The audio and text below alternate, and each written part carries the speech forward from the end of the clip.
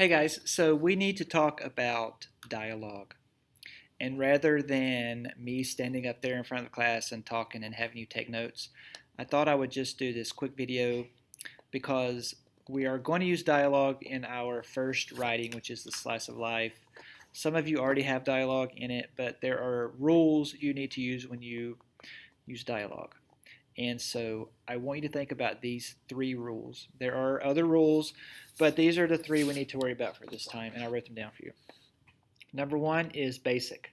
Use quotation marks around the words a character says. So you can see here that Mark has told everyone that Mr. Jones is smart.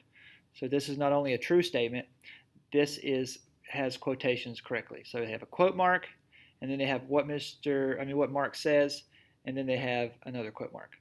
This part here is not inside the quotation marks because Mark didn't say this. This is called a dialogue tag, like it just hangs on the end of the dialogue. Rule number one. Rule number two. Only one character can speak in each paragraph.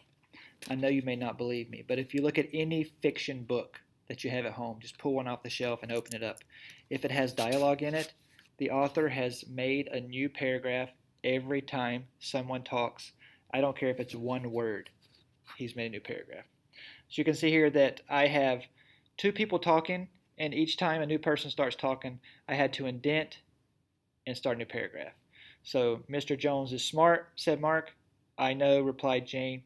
He is a good dancer also, said Mark. So each time someone new talked, I had to start a new paragraph. Rule number two. Rule number three. Punctuation marks always go inside the quotation marks. So punctuation marks would be commas or exclamation points or periods or question marks. They always go inside the quotation marks. So what I mean is that this exclamation point would not go on the outside. It would be inside of the quotation mark. How you can remember that is to follow the 1-2 rule. And what that means is that if there is a punctuation mark and in a quotation mark, it's going to be the 1 mark and then 2 marks.